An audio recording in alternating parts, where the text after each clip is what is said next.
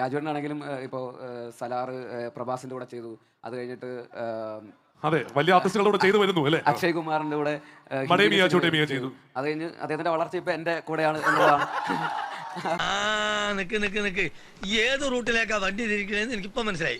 നോക്കിയാ ഈ സിനിമ ഇതിന്റെ കഥ ഞാൻ ആദ്യം കേൾക്കുമ്പോ മലയാള സിനിമയിൽ ബേസിൽ ജോസഫ് എന്ന താരോദയം ഉണ്ടായിട്ടില്ല. അതെന്തിനാടാ പന്നി ഇപ്പൊ പറഞ്ഞതല്ല, പിന്നീട് വരെ അവസരം കിട്ടിയില്ല. അങ്ങനെ ഒരു 2-3 വർഷക്കാലം കൊണ്ട് അദ്ദേഹം ഒരു വലിയ സ്റ്റാറായി മാറുകയും അദ്ദേഹത്തോടൊപ്പം ഈ സിനിമയിൽ അഭിനയിക്കാൻ സാധിച്ചതിൽ ഞാൻ കൃതാർത്ഥനായിരിക്കുന്നു എന്ന് ഞാനിവിടെ രേഖപ്പെടുത്തുന്നു. അതെ, അദ്ദേഹത്തെ എനിക്ക് ആദ്യമായി കാണാൻ സാധിച്ചത് വിമാനം എന്ന സിനിമയിൽ ഞാൻ അഭിനയിച്ചുകൊണ്ടിരിക്കുമ്പോൾ അദ്ദേഹം എന്റെ സെറ്റിൽ വന്നിരുന്നു. അപ്പോൾ ഞാനൊരു ഫോട്ടോ എടുത്തോടെ അദ്ദേഹത്തോട് ചോദിക്കുകയും അദ്ദേഹം സമ്മതിക്കുകയും ചെയ്തു. അങ്ങനെയാണ്. ചേട്ടാ അപമാനിച്ചേ ഞാൻ പോയിക്കോട്ടെ. ബേസിൽ അസലായിട്ട് പാടും ആണല്ലേ? അതെ. അതായത് ബേസിൽ പാട്ട് പാടുക മാത്രമല്ല, ഈ സിനിമയിൽ ബേസിൽ ഒരുപാട് പുതിയ നമ്പറുകൾ ഇട്ടിട്ടുണ്ട്. അതിഭീകരമായ ഡാൻസ് കളിച്ചിട്ടുണ്ട്.